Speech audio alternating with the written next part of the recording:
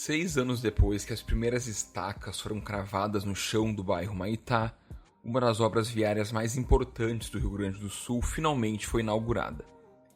Em cerimônia realizada nesta quinta-feira, dia 10 de dezembro de 2020, o presidente Jair Bolsonaro, o ministro da Infraestrutura Tarcísio de Freitas e o governador do estado Eduardo Leite liberaram parte da nova ponte do Guaíba. Neste primeiro momento, apenas 3 acessos foram abertos ao tráfego.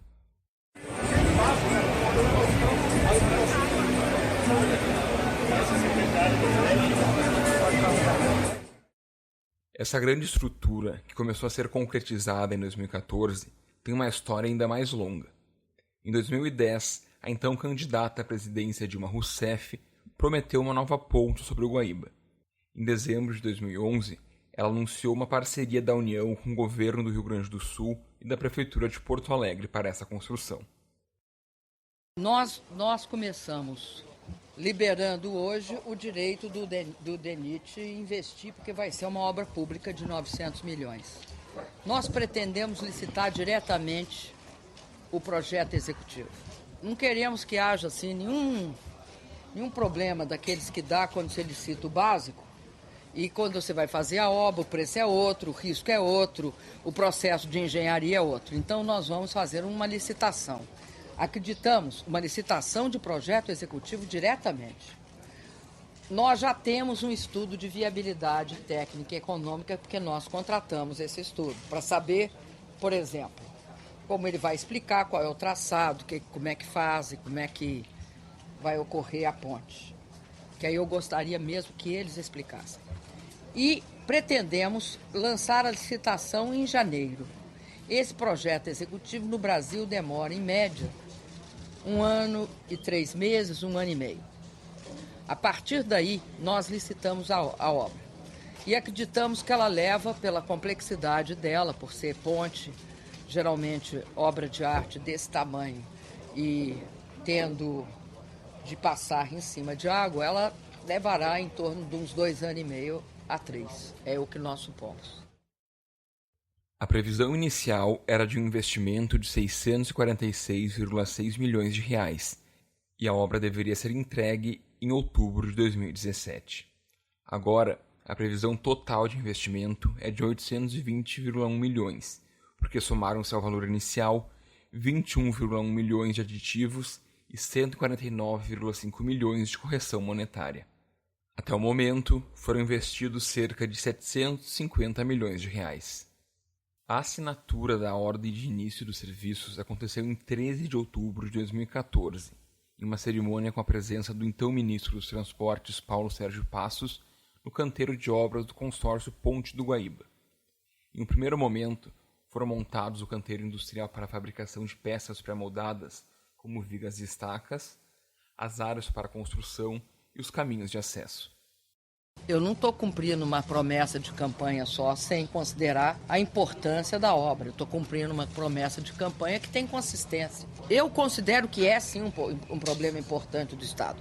Nós fizemos ali embaixo, ali em Rio Grande, né? Porque você sempre olha, tem na cabeça mapa. Nós fizemos ali no Porto de Rio Grande um polo naval. Necessariamente um polo naval vai atrair nave-peças em torno. Necessariamente vai ter um escoamento maior ainda do que já tem no Porto de Rio Grande, um dos portos desse país que tem um movimento de commodities imenso. Necessariamente, isso vai significar escoamento dessa produção. Passa por onde? Pela ponte pequenininha e tal, que tem aquele processo mecânico que agora nós estamos querendo que se transforme em eletrônico, de levantar e descer. Não pode. Então, nós consideramos a ponte do Rio Guaíba uma obra estruturante no Estado. E o governo federal tem de olhar para a obra estruturante. Posso olhar para uma obra que o Estado tem condições de fazer sozinho. Não posso olhar para uma obra que o município tem condições de fazer sozinho. Eu tenho de olhar para uma obra mais difícil de ser feita. Então, é uma obra que apresenta um nível de risco compatível com a União, com o que a União tem de recurso. Para mim, é muito, eu vou te falar, é um fator de realização. Ser capaz de ser possível isso.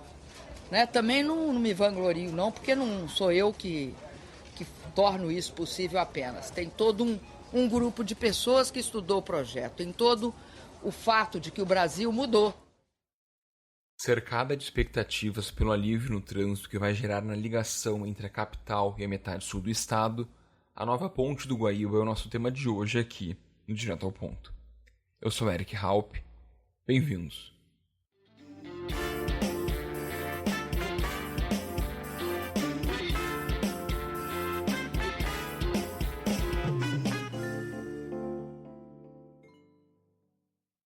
Por não estar 100% concluída, a estrutura foi entregue apenas parcialmente. E foi numa mistura de euforia e protesto que apenas 3 acessos foram liberados ao público. Como ainda falta realizar reassentamentos nas comunidades Tio Zeca e Areia, 3 ramos de intersecção com a Freeway devem ser terminados apenas em 2021. Enquanto os veículos oficiais circulavam a área, moradores que terão suas casas derrubadas para o andamento da obra protestaram com faixas e cartazes. Aproximadamente mais 500 famílias terão que sair dos locais. Esse protesto de hoje foi pacífico, sem confronto ou interdição do fluxo de veículos. Os cartazes pediam apenas uma audiência judicial que definisse as indenizações a serem recebidas.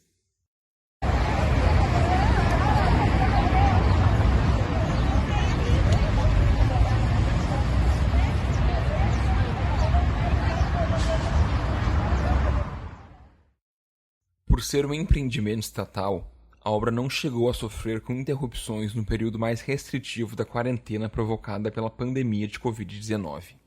Ainda assim, a União avalia que o surto atrasou a entrega, já que as reuniões de conciliação para o reassentamento das famílias foi totalmente paralisada.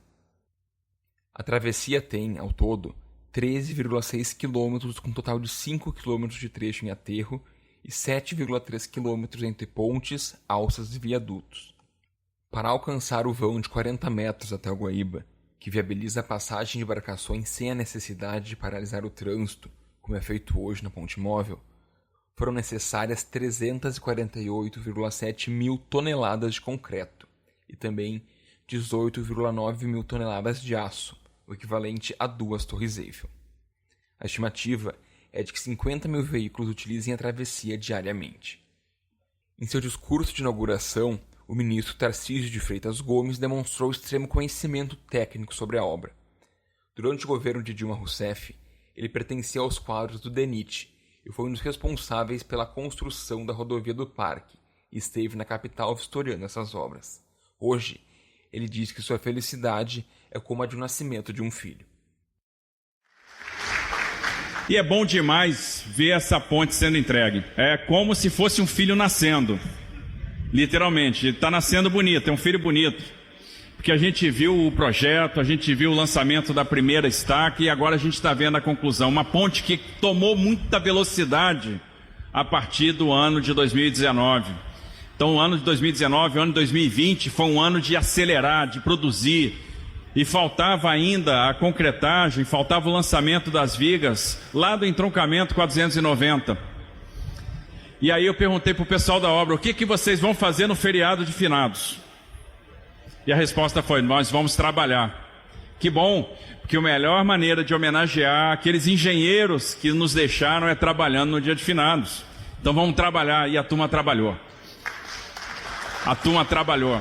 Eu tenho orgulho de ver isso aqui como engenheiro. São 2,9 quilômetros de ponte, agora são quase 13 quilômetros, se a gente contar todas as estruturas, todos os movimentos, todos os acessos. Uma ponte que tem todo tipo de inovação, ela foi toda pré-moldada, as estacas foram pré-moldadas e cravadas, as aduelas pré-moldadas, içadas. Nós temos o corpo central com as aduelas com 9 metros e mais 18 metros para 9 de cada lado de mão francesa. Então é um espetáculo em termos de engenharia. Tarcísio também agradeceu às autoridades envolvidas na obra, ainda que não tenha mencionado Dilma e o ex-presidente Michel Temer. Os primeiros 23% da construção foram realizados durante a gestão petista.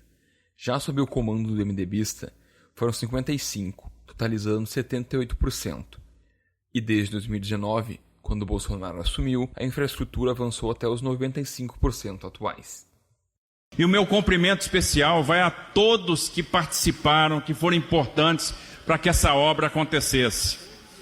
A gente tem que resgatar aqui os movimentos que aconteceram no passado, por exemplo, feito pelo então prefeito Esperotto, que recolheu assinaturas pela Ponte do Guaíba, pelo ex-senador Zambiase. Me lembro da turma do DENIT, do superintendente, do Delmar, do Pedro, do Vieira, que trabalharam dia e noite para que isso se tornasse realidade. Foram para dentro do escritório da projetista para tirar o projeto, para fazer a licitação.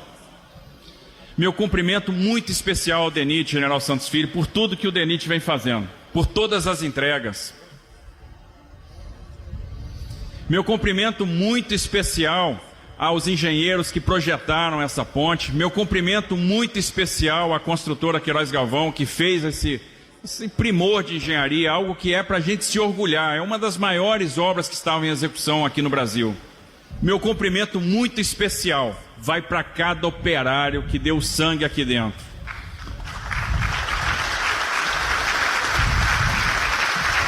Meu cumprimento especial vai para aquela turma ali que está com o macacão azul e laranja, para cada encarregado, para cada armador, para todos que fizeram isso acontecer.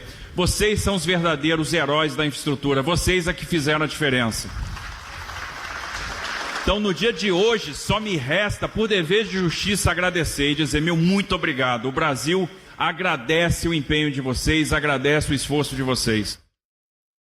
E as obras ganharam, neste semestre, um montante de verba poucas vezes liberado pelo governo federal. Este foi o principal motivo para a construção ganhar um ritmo tão intenso de trabalho. Além de projetar a conclusão em 2021, o ministro ainda planeja outras entregas para o próximo ano ao Rio Grande do Sul.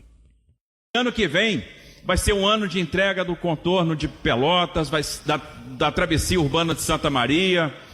Vai ser o ano de início de licitação da obra da 470.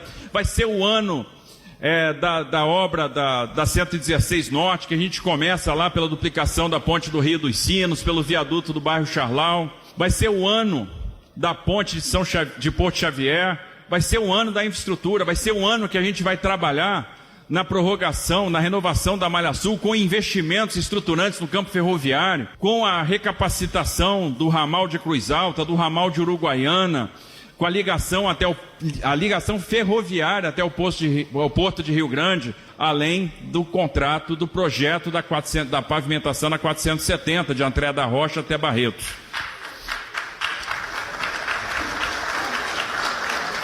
Então, parabéns a todos, parabéns ao Estado do Rio Grande do Sul, parabéns ao Brasil. O governador Eduardo Leite destacou o difícil período enfrentado mundialmente pela pandemia de Covid-19 e apontou que eventos como a inauguração da ponte dão esperanças de um futuro melhor. Momentos como esse, em que a gente celebra uma entrega de uma obra pública tão relevante, impactante, são um bálsamo e são igualmente importantes para renovarmos a nossa confiança no futuro. Se a gente passa por um momento difícil no presente, o que nos faz atravessar este momento difícil em direção ao futuro é a expectativa de um futuro melhor. E esse futuro melhor, ele é renovado na nossa convicção a partir de entregas como essa. Uma obra relevante, não apenas pela ligação com essa nova ponte da região sul do estado, uma região que economicamente precisa desta obra associada à duplicação da BR-116, e falo com a propriedade de ser daquela região, mas uma obra que atenderá também do ponto de vista logístico o nosso estado para melhorar a competitividade de tudo aquilo que se produz na metade norte em direção ao Porto de Rio Grande. Porque com a redução do tempo de viagem, a segurança nesse sistema viário, com a obra da duplicação e a ponte, nós temos, sem dúvida nenhuma, a redução de custos logísticos importantes para colocar o Estado em melhores condições de competir. Insisto, temos um momento difícil pelo qual passa a humanidade, não é exclusividade do Brasil, nem do Estado do Rio Grande do Sul, em relação à pandemia, mas temos também, a partir de momentos como esse, em que a gente celebra entregas importantes de investimentos que atravessaram governos, mas que encontraram no seu governo, presidente, a prioridade para que se entregassem, para que viabilizássemos a entrega dessa ponte e de um trecho importante da BR-116, a confiança de que superaremos rapidamente este momento adverso e encontraremos um futuro melhor, mais promissor para todos os gaúchos, para todos os brasileiros. Leite também aproveitou a oportunidade para defender o seu pacote de reformas para o Estado, incluindo privatizações, perante as autoridades nacionais. Temos no BNDES também um grande parceiro para os investimentos em parceria com o setor privado. O Rio Grande do Sul tem, palavras do próprio presidente do banco, Gustavo Montezano, a maior carteira de projetos do banco entre os estados. Privatizações, concessões de estradas, concessões de parques públicos, concessão na área de sistema prisional, entre outras atividades, outras iniciativas que encontram no BNDES um parceiro técnico a partir da nossa disposição de buscar, com a parceria do setor privado, viabilizar investimentos estratégicos para o Estado do Rio Grande do Sul. E assim, em associação e parceria com o governo federal, mover a roda da economia, ajudar na retomada pós-pandemia, gerar emprego, renda e melhorar a vida dos cidadãos brasileiros que residem no Rio Grande do Sul. Já o presidente Jair Bolsonaro pouco falou sobre as obras e dedicou parte de sua fala a elogiar o que entendeu como ótimas ações contra a pandemia de Covid-19.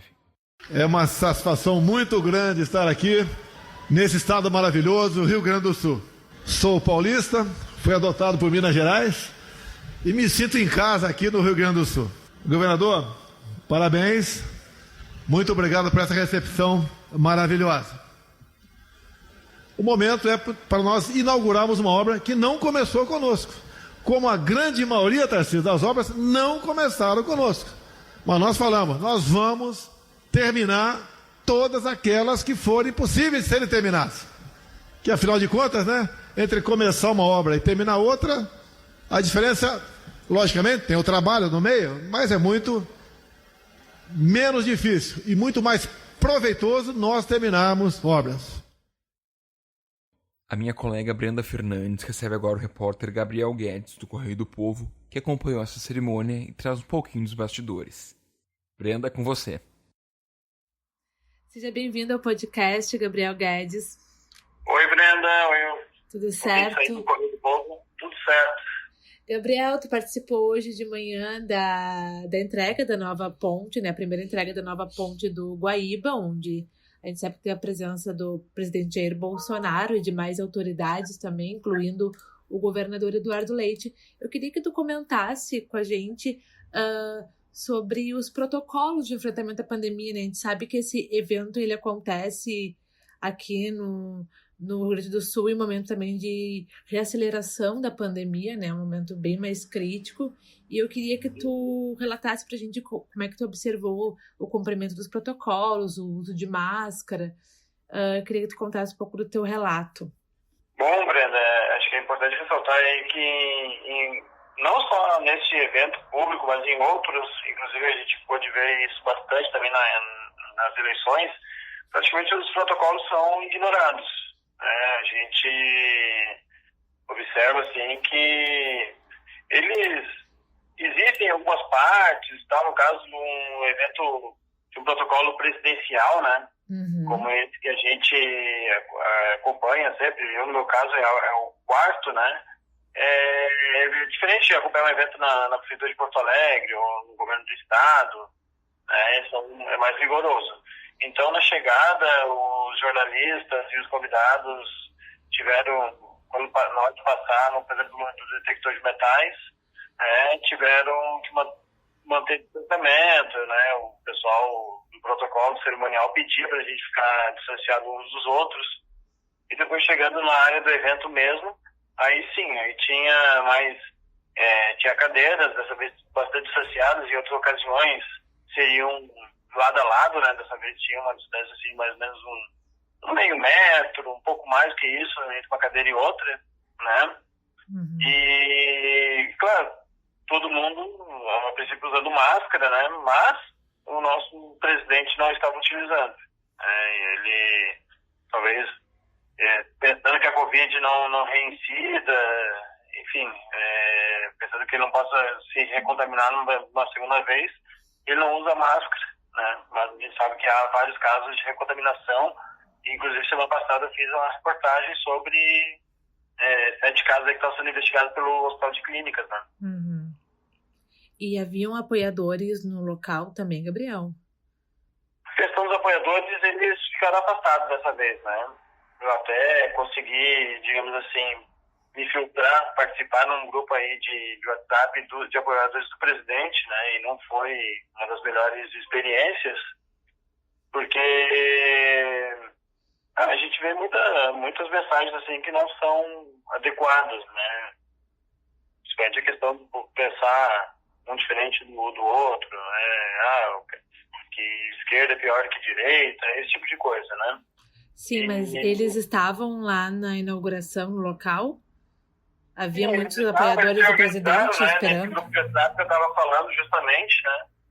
E aí lá na ponte eles conseguiram uma hora chegar um pouquinho mais perto, mas não tão perto, né? A inauguração corria num dos pontos, num acesso que dá no sentido Eldorado do Sul, Porto Alegre, mas eles estavam no vão que é da alça de acesso que vem do litoral em sentido Eldorado do Sul, tá? Eu não consegui se observar porque como estava longe, se eles estavam usando máscaras ou não, só que eles vibravam bastante quando o presidente falava, enfim, né? Mas era um grupo bem diminuto, não era numeroso como a gente esperava.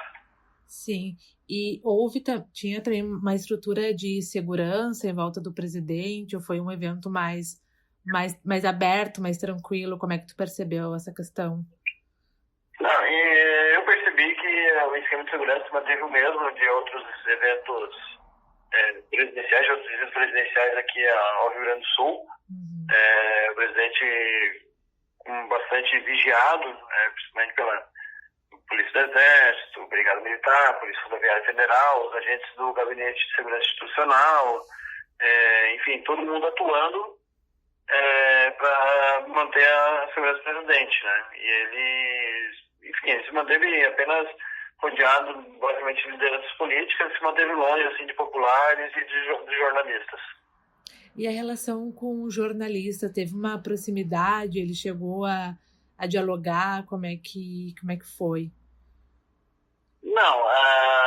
Não houve contato nenhum com o jornalista, então tudo que a gente tem foi o que ele discursou. Né? Ele não fez o tradicional quebra-queixo, que é quando a fonte vai lá, se encontra com os jornalistas, né? E aí é rodeada de microfones, de gravadores, de celulares, mas não, nesse caso ele não fez isso.